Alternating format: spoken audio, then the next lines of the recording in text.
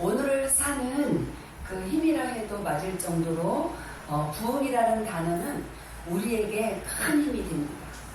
우리가 제일 좋아하는 이 부흥이라는 단어는 대부분 교회에서 자주 사용되어지죠. 그래서 이제 부흥의 주제로 찬양 복음성가도 많이 나오고 있고요. 또 부흥을 위해서 교회에서 부흥회를 개최하는 그런 집회도 열리기도 합니다. 개인이나 교회야 할 것 없이 모두 부흥을 갈망하는 만큼 이 단어는 그 의미가 아주 깊습니다. 그런데 의외인 것은 부흥이란 단어를 이렇게 많이 갈망하고 있지만 정작 부흥이 무슨 뜻인지 정확하게 아는 사람은 의외로 많지 않은 것 같습니다. 여러분 부흥이 뭐라고 생각하십니까? 한번 그냥 혼자 부흥에 대해서 한번 나는 이렇게 생각한다고 하면 정의를 한번 내려보세요. 기독교 신앙에 있어서 부흥은 굉장히 중요한 의미를 가지고 있어요. 많은 사람들이 부흥이라고 말하는 것은 대부분 숫자 혹은 성장과 연관시킵니다. 교회를 개척하고 나면 주위 목사님들이 또 선배님들이 얼마나 부흥했습니까? 이렇게 물어보죠. 이렇게 숫자적으로 교세가 많이 성장한 것과 부흥한 것을 같은 개념으로 우리가 생각하고 있습니다. 그런데 성경이 말하는 부흥은 이런 게 아닙니다.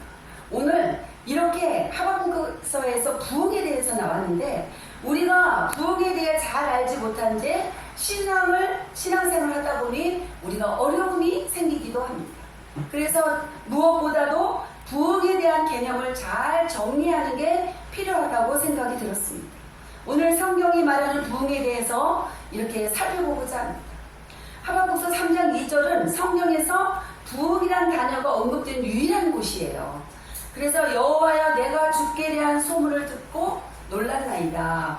여호와여 주는 주의를 이 수년 내에 부흥하게 하옵소서. 어떤 배경에서 이 같은 말씀이 나왔을까요? 하박국서는 하박국 선지자가 하나님 앞에서 많은 의문과 의혹과 섭섭한 마음을 토로함으로써 이제 이렇게 시작되고 있습니다.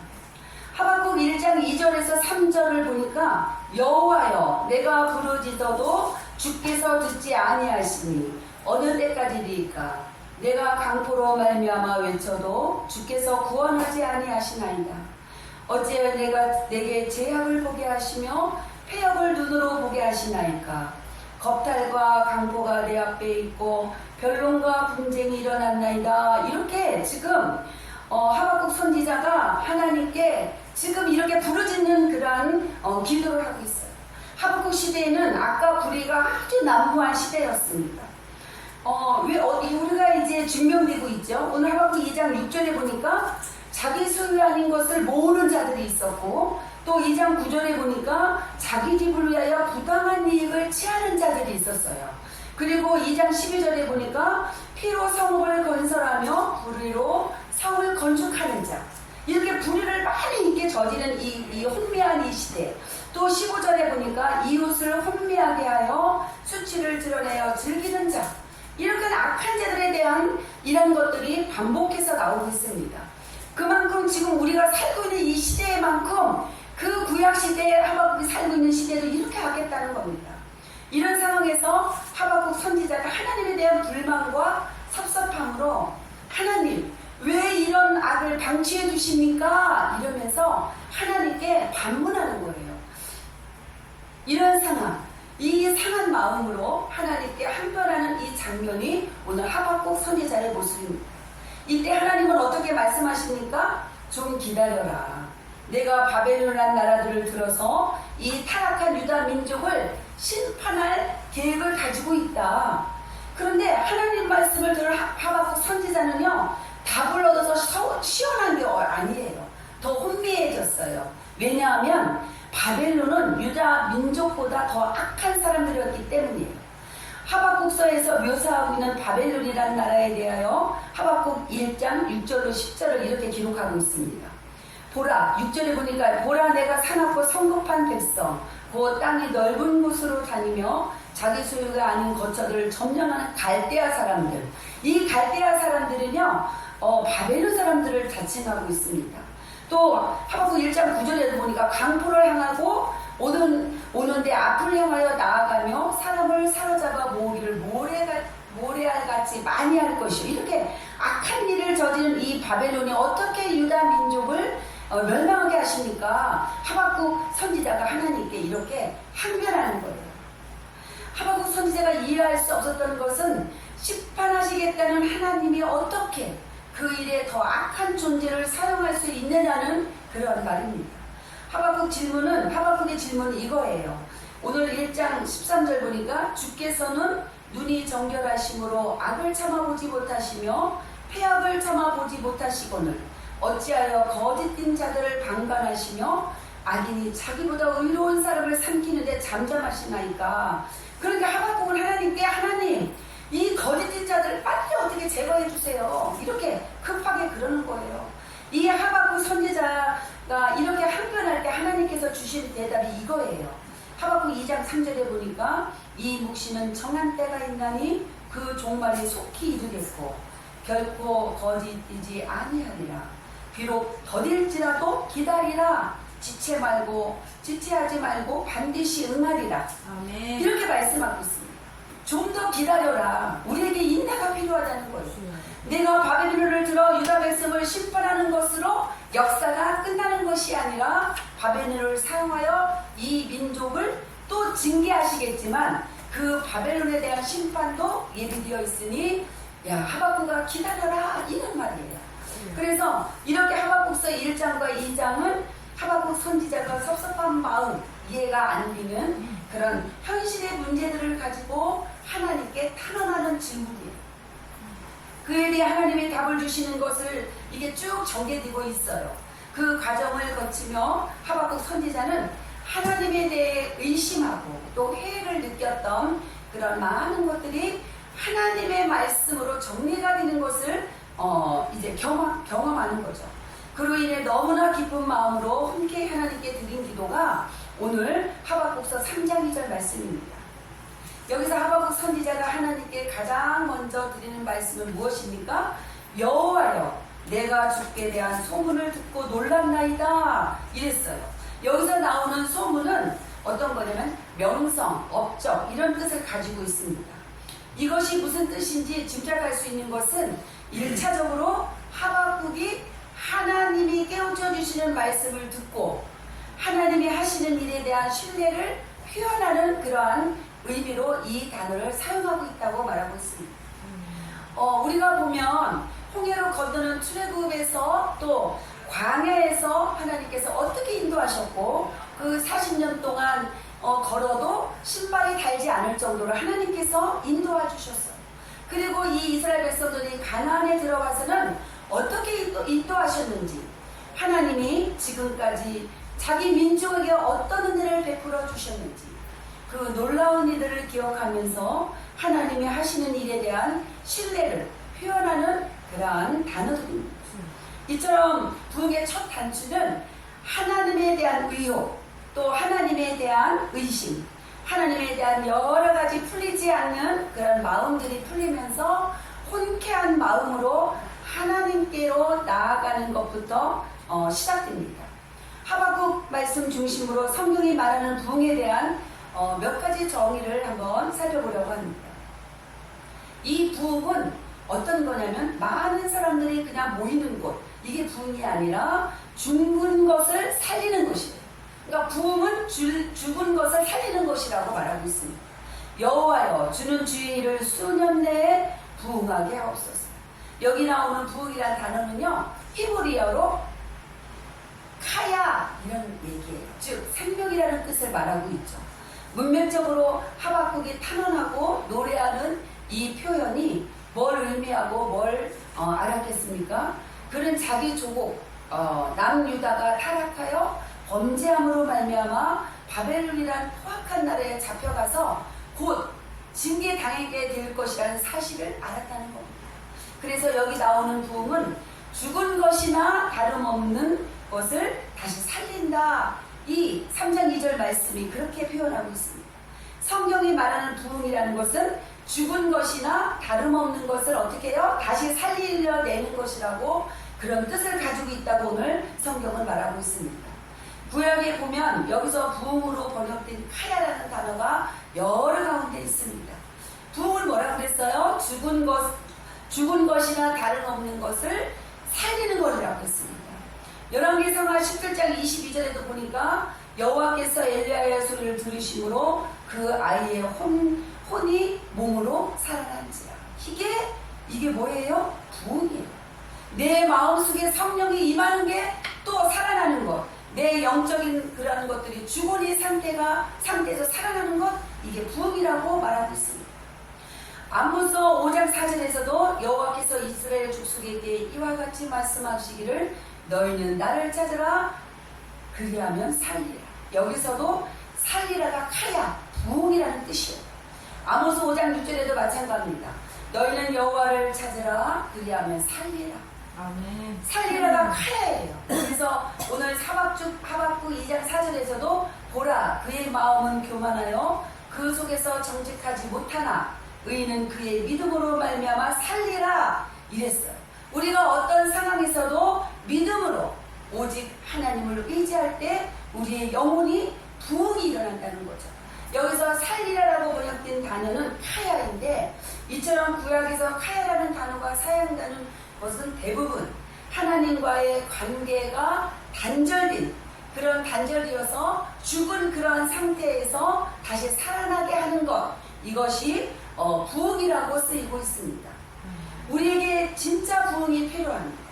우리는 땅끝까지로 복음을 전해야 하는 사람들입니다.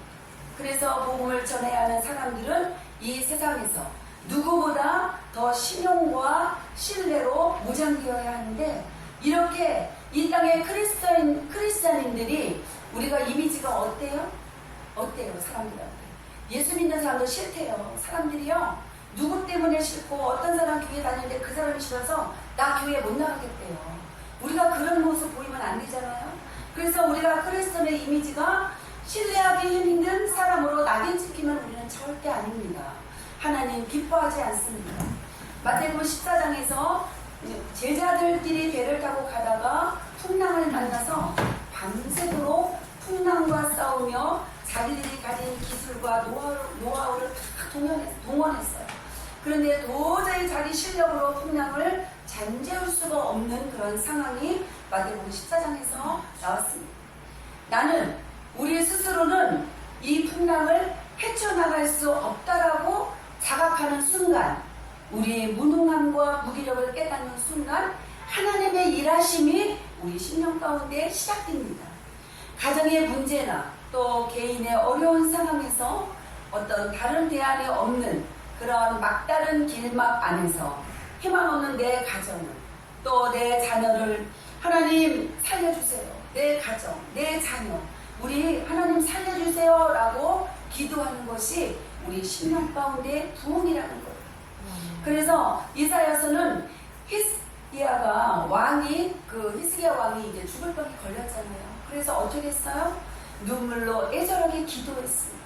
이사야 38장 16절 보니까 주여 사람이 사는 것이 이에 있고 내 심령의 생명도 온전히 여기 있사오니 원하건대 나를 치료하시며 나를 살려주옵소서. 이 정말 히스기야의 그 간절한 기도에 하나님께서 어떻게 하셨어요? 그 간절한 눈물이 카야, 곧 부흥이라는 거예요. 우리가 하나님께 간절히 기도하는 거예요. 내 심령을 하나님 도와주세요. 우리가 하나님께 올인하면요, 우리가 어떤 상황에 있든지 마음이 평안해져요. 마음에 기쁨이 있는 거예요. 그거는 어떠한 이론과 어떠한 계산으로 될 수 없는 그 평안, 여러분들도 함께 누리시기를 바랍니다. 아멘. 그래서 지금까지 내 삶에 대해 만족하며 살았다고, 내 자녀도록 그냥 쑥쑥 잘 알아서 이만하면 그럭저럭 잘 살고 있을 거라는 그러한 생각을 하다가 어느 날 갑자기 뼈아픈 자각을 하게 되는 것은, 내가 지금까지 이제 멀쩡하다고 잘 살았구나 이렇게 착각하는 그런, 하나님 내가 정말 이제 착각하고 살았습니다. 그냥 내 삶이 잘 되어서 정말 나는 이렇게 살면은 내 영이 내가 정말 축복받았다고 생각했습니다. 이렇게 정말 하나님 앞에 회개하는 그 생각, 그 영혼 그 자체가 영혼이라는 것. 부흥이라는 거예요. 내 영은 죽어가고 있는데 우리 아이들의 영은 다 죽어가 영적인 눈으로 자녀를 볼 수 있는 그 죽은 영혼들을 영적인 눈으로 볼 수 있는 그 능력, 그것이 곧 부흥이라고 말하고 있습니다. 그래서 지금 우리는 우리의 상태는 어떻습니까? 부흥이 필요하지 않습니까? 또 우리 가정, 우리 자녀들에게 부흥이 필요하지 않습니까? 하나님과의 관계가 단절된 사람들에게 찾아오는 이유 없는 그 공허함이 우리 삶을 채우고 있지는 않습니까?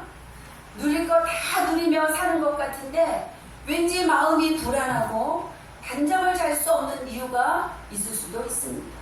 그렇다면 지금 내 영혼의 부흥이 필요할 때입니다. 그래서 부흥은 하나님의 주권을 인정하는 것입니다. 성경이 말하는 부흥은 하나님의 주권을 인정하는 세계관을 갖는 것입니다. 그래서 부흥과 관련해서 가장 중요한 포인트는 누가 부흥을 주도하는가. 주도성이 필요합니다. 내 마음에, 내 생각의 주도성, 내가 행하는 모든 것, 그 주도성이 누구인가. 인간이 주도하는 것은 부흥이 아닙니다. 내 생각과 내 방법은 부흥이 아니라는 거예요. 우리 한번 하박국 3장 2절 한번 더 읽겠습니다. 여호와여, 내가 주께 전한 소문을 듣고 놀랐나이다. 여호와여, 주는 주의 일을 내 수년 내에 부흥하게 하옵소서. 이 수년 내에 나타내시옵소서. 진노 중에라도 긍휼을 잊지 마옵소서. 이렇게 하박국 선지자는요, 하나님께 참 간절하게 이렇게 했습니다. 여호와여, 주는 주의 일을 이 수년 내에 부흥하게 하옵소서. 그러니까 하박국이 너무 힘든 거예요. 하나님, 내 마음, 이 상황이 지금요, 이 유대 민족들이 지금 너무 죄를 저질러서 멸망하게 됐습니다. 하나님, 그런데 하나님 어떻게 해야 합니까? 주님, 속히 부흥하게 하여 주옵소서. 이렇게 여기 나오는 주의 일을 알려면 1장 5절 말씀을 우리가 봐야 됩니다.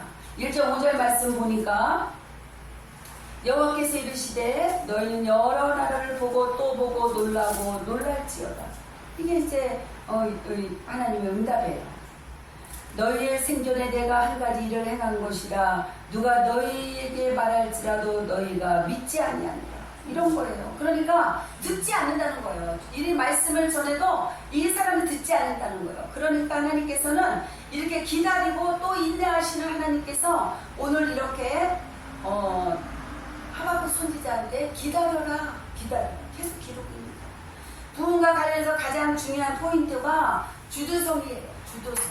정말 내 삶을, 나의 삶의 주도성은 누군가. 우리가 정말 나 자신을 돌아봐야 돼. 우리는 몰라요. 나 자신만 알고 있습니다. 우리 가정에 주도하고 있는 것은 누구인가? 내 가정의 주도자는 누구인가? 정말 우리가 정말 깊이 생각해야 돼요.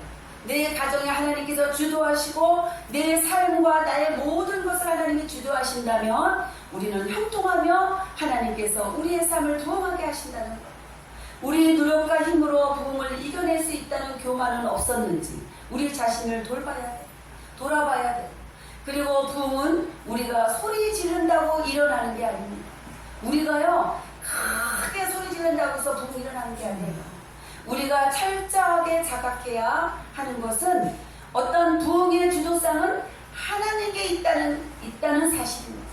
아무리 내가 내 의로, 내 생각으로, 나의 어떤 학식과 나의 살아온 경험으로 아무리 내가 한다 할지라도 하나님이 나의 주도성이 없으면, 주도성이 안 되면 우리는 성공하며 살 수가 없습니다. 마태복음 14장에 베드로가 예수님을 쫓아서 물을 걸은 사건이 있죠. 근데 우리는 주일학교 때부터 계속 듣고 있었어요. 베드로가 그 믿음, 정말 예수님께서 물을 걸어라 그랬더니 걸어오다가 의심을 해서 이제 물에 빠진 그 장면을 기억하고 있습니다. 그런데 가장 중요한 거는 이 마태복음 10장에서 14장 33절에 보니까 배에 있는 사람들이 예수께 설하며 이르되 진실로 하나님의 아들이로소이다. 이 장면의 가장 중요한 포인트는요, 베드로가 물을 걸었다는 게 아니에요. 그 일을 통해서 배에 있는 모든 사람들이 예수님께 절하며 진실로 하나님의 아들일소이다, 이렇게 주님의 주권을 인정해 드리는 것이 오늘 마태복음 14장 33절에 기록하고 있습니다. 우리가 하나님 말씀을 듣기는 들어도 우리가 듣고 싶은 것만 듣게 돼요. 그래서 이곳에 이렇게 베드로가 물 위에 걸은 것은 정말 하나님이, 우리의 주님이 우리의 주권이심을 드러내기 위한 그런 말씀이라는 거예요. 만일 주님이시거든 나를 명하사 물 위로 올라오소서라고 가정법을 붙여서 나약하게 고백하게 했던 베드로의 신앙 고백에 배에 있던 모든 사람들이 어떻게 했어요? 진실로 주님은 하나님의 아들이로소이다, 이렇게 신앙 고백으로 바꾸게 된 사실이 오늘 마태복음 14장에 있습니다. 우리 삶의 마지막 결론이 오늘 마태복음 14장 33절, 정말 하나님을 인정하고 복음이 우리 삶을 견인하여 진정한 부흥을 경험하는 그런 성도들이 되어서 내 삶과 모든 것에 부흥이 일어날 줄로 믿습니다. 아멘. 또 부흥은 하나님의 일하심을 기대하는 거예요. 그래서 정말 우리가 하나님 앞에 온전히 내 주도권이, 정말 주님의 주도권이 내 삶의 모든 걸 쥐고 있다면 그 하나님의 일하심을 우리는 기대하며 살아야 돼요. 오늘 보니까 하박국은 정말 처절하니 어려운 환경, 그 시대는 정말 죄가 범해서 정말 어떻게 할 수 없지만 오늘 3장 10절 보니 17절에서 18절 보니까 이렇게 하박국은 하나님께 찬양했어요. 우리 한번 3장 17절 다 알고 있겠지만 3장 17절과 17절 18절 다 같이 한 목소리로 읽겠습니다. 한 장 넘기면 돼요. 17절, 비록 무화과 나무가 무성하지 못하며 포도나무에 열매가 없으며 감람나무에 소출이 없으며 밭에 먹을 것이 없으며 물이 양이 없으며 애양간에 소가 없을지라도 나는 여호와로 말미암아 즐거워하며 나의 구원의 하나님으로 말미암아 기뻐하리라. 이제 하박국이요, 하나님께 정말 울분을 터뜨리고 의문을 가지고 했는데 하나님의 주시는 그 말씀을 듣고 이렇게 기쁨으로 이렇게 고백하는 걸 보고 있습니다.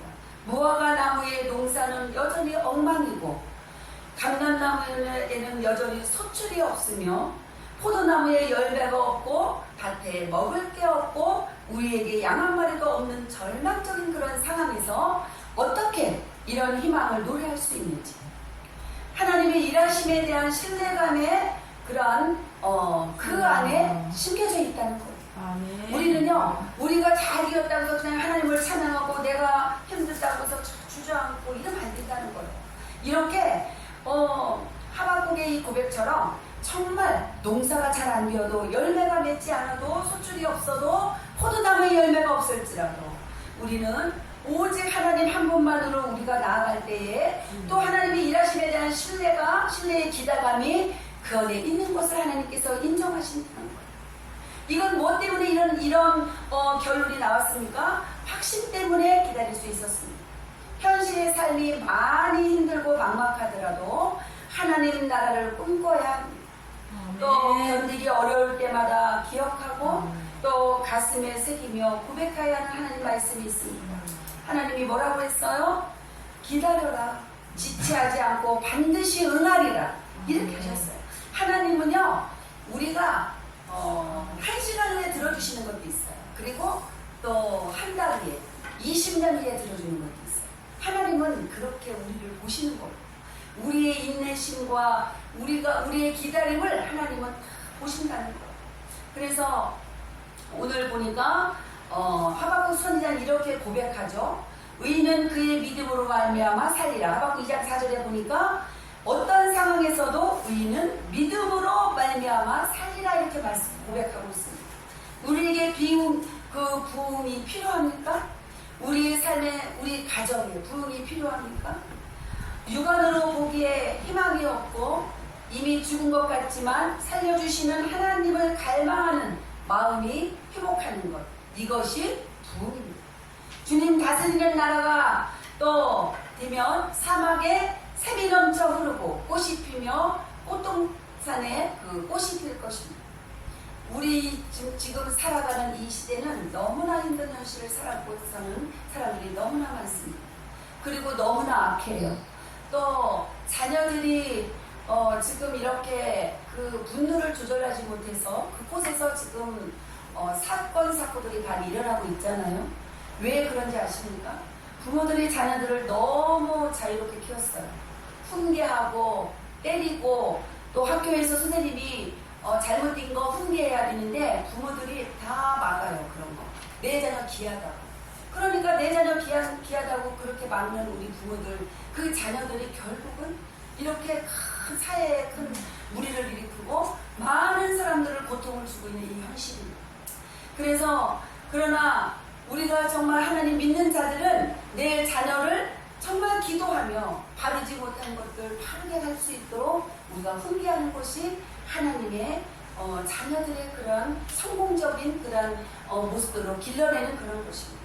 그래서 우리 삶은 그렇게 끝나지 않습니다. 그래서 우리의 삶이 힘들수록 주님이 다스리시는 그 나라를 갈망하면서 그 나라를 사모하면 하나님 일하심이 그때부터 우리 삶 가운데 시작될 것입니다.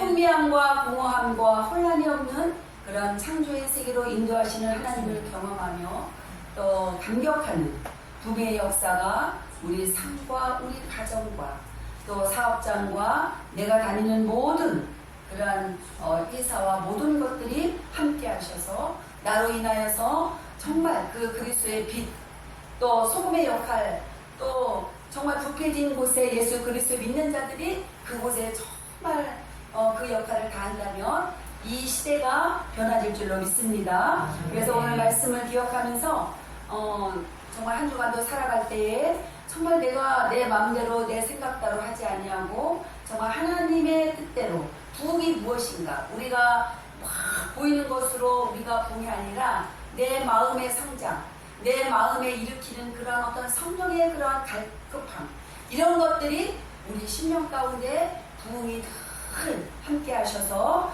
정말 모든 삶 가운데 하나님의 승리하는 삶이 되어지기를 간절히 바랍니다. 기도하겠습니다.